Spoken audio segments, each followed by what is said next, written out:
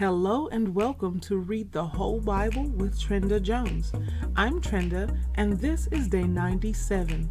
Let's read, and may the Lord add a blessing to the reading of His Word.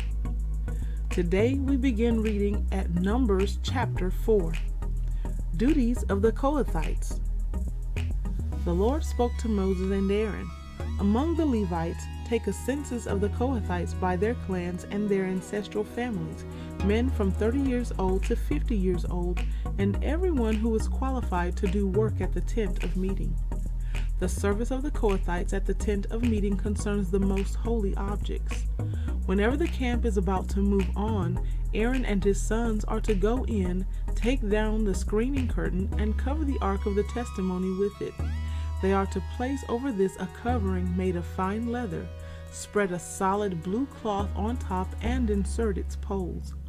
They are to spread a blue cloth over the table of the presence and place the plates and cups on it, as well as the bowls and pitchers for the drink offering. The regular bread offering is to be on it. They are to spread a scarlet cloth over them, cover them with a covering made of fine leather, and insert the poles in the table.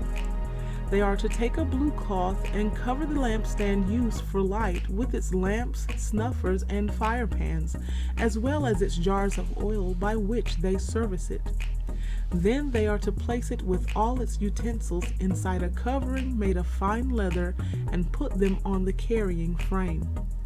They are to spread a blue cloth over the gold altar, cover it with a covering made of fine leather, and insert its poles. They are to take all the serving utensils they use in the sanctuary, place them in a blue cloth, cover them with a covering made of fine leather, and put them on a carrying frame. They are to remove the ashes from the bronze altar, spread a purple cloth over it, and place all the equipment on it that they use in serving: the fire pans, meat forks, shovels, and basins, all the equipment of the altar.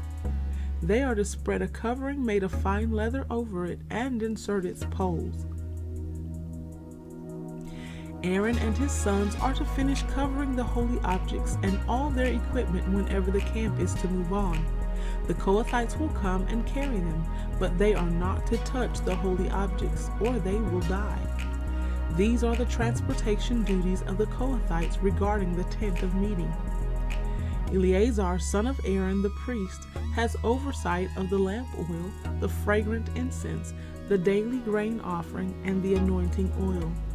He has oversight of the entire tabernacle and everything in it, the holy objects and their utensils. Then the Lord spoke to Moses and Aaron, "Do not allow the Kohathite tribal clans to be wiped out from the Levites. Do this for them so that they may live and not die when they come near the most holy objects. Aaron and his sons are to go in and assign each man his task and transportation duty. The Kohathites are not to go in and look at the holy objects as they are covered, or they will die." Duties of the Gershonites. The Lord spoke to Moses, "Take a census of the Gershonites also, by their ancestral families and their clans. Register men from 30 years old to 50 years old, everyone who is qualified to perform service, to do work at the tent of meeting." This is the service of the Gershonite clans regarding work and transportation duties. They are to transport the tabernacle curtains, the tent of meeting with its covering, and the covering made of fine leather on top of it, the screen for the entrance to the tent of meeting, the hangings of the courtyard, the screen for the entrance at the gate of the courtyard that surrounds the tabernacle and the altar, along with their ropes and all the equipment for their service. They will carry out everything that needs to be done with these items. All the service of the Gershonites, all their transportation duties, and all their other work is to be done at the command of Aaron and his sons. You are to assign to them all that they are responsible to carry. This is the service of the Gershonite clans at the tent of meeting, and their duties will be under the direction of Ithamar, son of Aaron the priest. Duties of the Merarites. As for the Merarites, you are to register them by their clans and their ancestral families. Register men from 30 years old to 50 years old, everyone who is qualified to do the work of the tent of meeting. This is what they are responsible to carry as the whole of their service at the tent of meeting: the supports of the tabernacle with its crossbars, pillars, and bases, the posts of the surrounding courtyard with their bases, tent pegs and ropes, including all their equipment and all the work related to them. You are to assign by name the items that they are responsible to carry. This is the service of the Merarite clans regarding all their work at the tent of meeting under the direction of Ithamar, son of Aaron the priest. Census of the Levites. So Moses, Aaron, and the leaders of the community registered the Kohathites by their clans and their ancestral families, men from 30 years old to 50 years old, everyone who was qualified for work at the tent of meeting. The men registered by their clans numbered 2,750. These were the registered men of the Kohathite clans, everyone who could serve at the tent of meeting. Moses and Aaron registered them at the Lord's command through Moses.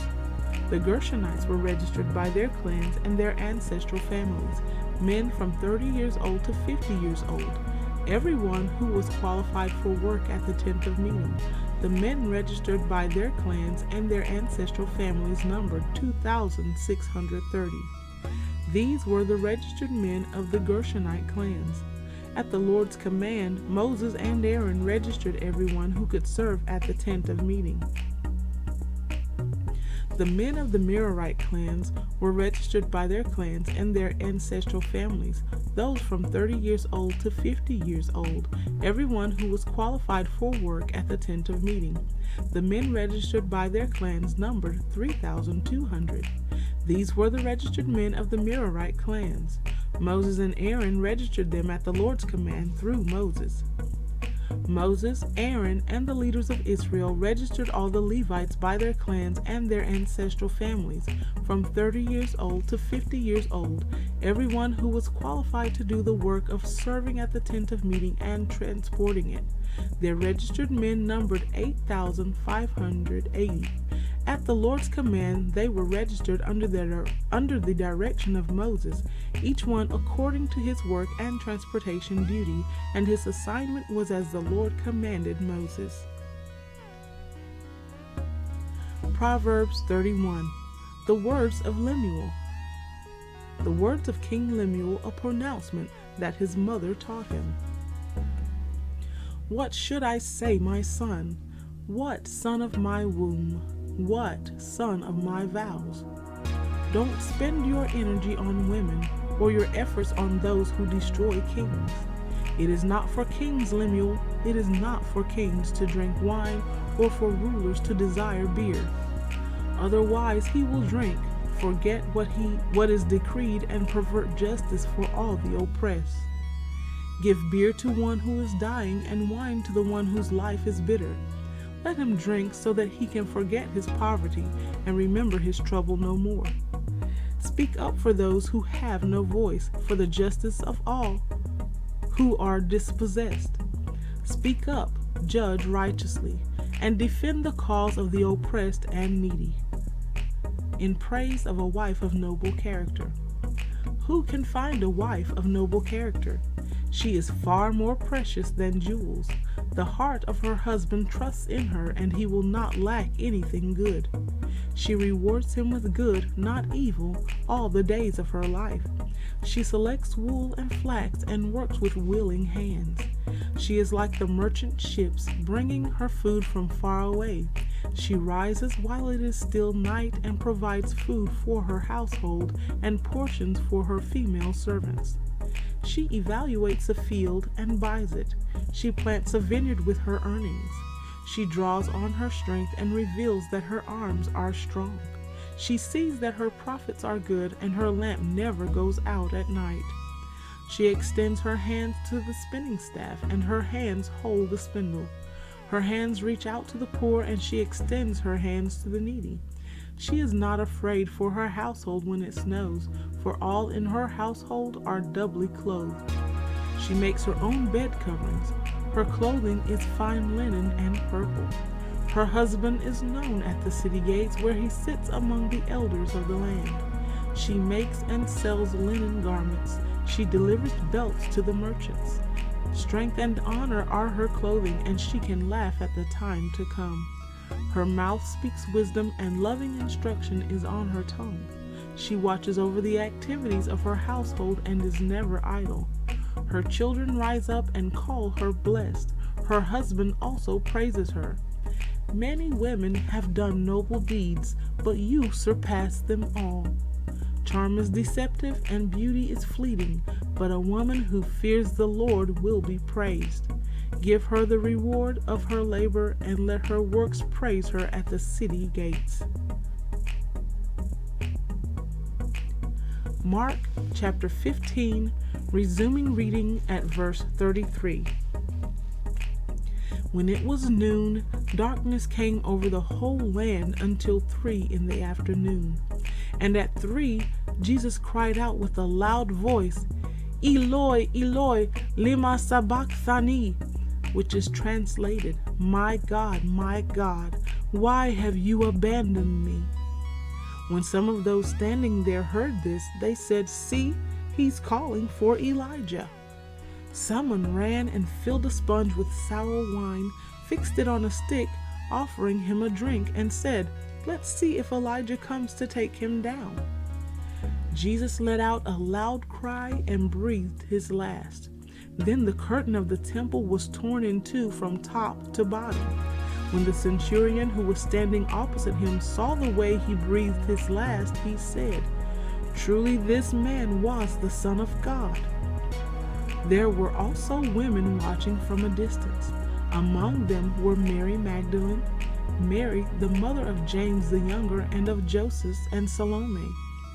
In Galilee, these women followed him and took care of him. Many other women had come up with him to Jerusalem. When it was already evening, because it was the day of preparation, that is, the day before the Sabbath, Joseph of Arimathea, a prominent member of the Sanhedrin who was himself looking forward to the kingdom of God, came and boldly went to Pilate and asked for Jesus' body. Pilate was surprised that he was already dead. Summoning the centurion, he asked him whether he had already died.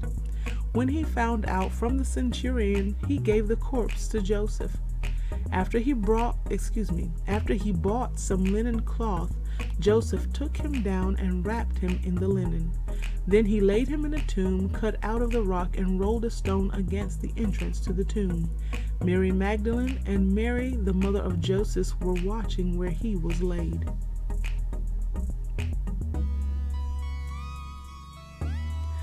Second Corinthians chapter 10. Paul's apostolic authority. Now I, Paul, myself, appeal to you by the meekness and gentleness of Christ. I, who am humble among you in person, but bold toward you when absent. I beg you that when I am present, I will not need to be bold with the confidence by which I plan to challenge certain people who think we are living according to the flesh. For although we live in the flesh, we do not wage war according to the flesh, since the weapons of our warfare are not of the flesh, but are powerful through God for the demolition of strongholds. We demolish arguments and every proud thing that is raised up against the knowledge of God, and we take every thought captive to obey Christ. And we are ready to punish any disobedience once your obedience is complete. Look at what is obvious. If anyone is confident that he belongs to Christ, let him remind himself of this. Just as he belongs to Christ, so do we. For if I boast a little too much about our authority, which the Lord gave for building you up and not for tearing you down, I will not be put to shame. I don't want to seem as though I am trying to terrify you with my letters. For it is said, his letters are weighty and powerful, but his physical presence is weak and his public speaking amounts to nothing. Let such a person consider this. What we are in our letters when we are absent, we will also be in our actions when we are present. For we don't dare classify or compare ourselves with some who commend themselves, but in measuring themselves by themselves and comparing themselves to themselves, they lack understanding.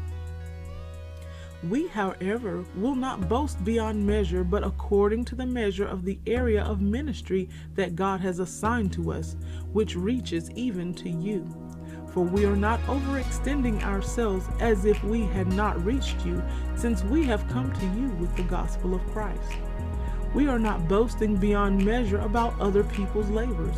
On the contrary, we have the hope that as your faith increases, our area of ministry will be greatly enlarged, so that we may preach the gospel to the regions beyond you without boasting about what has already been done in someone else's area of ministry.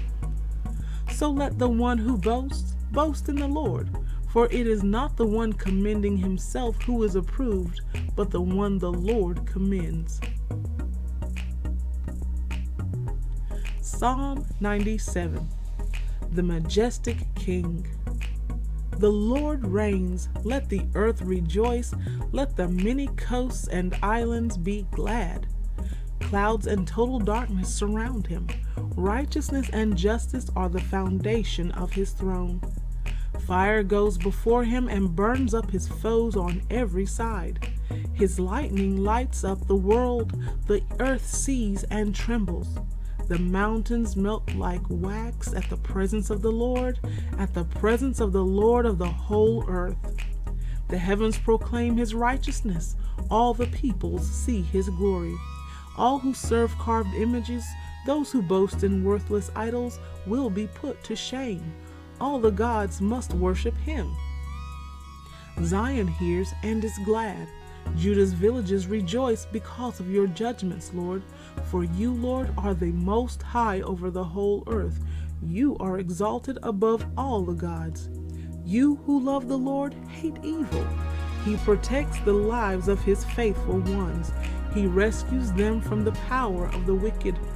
Light dawns for the righteous, gladness for the upright in heart. Be glad in the Lord, you righteous ones, and give thanks to his holy name. And this concludes our reading of Day 97 of Read the Whole Bible with Trenda Jones. Thank you so much for joining us here today, and we look forward to reading again tomorrow, Day 98. Until then, God bless you, and may the Lord add a blessing to the reading of his word.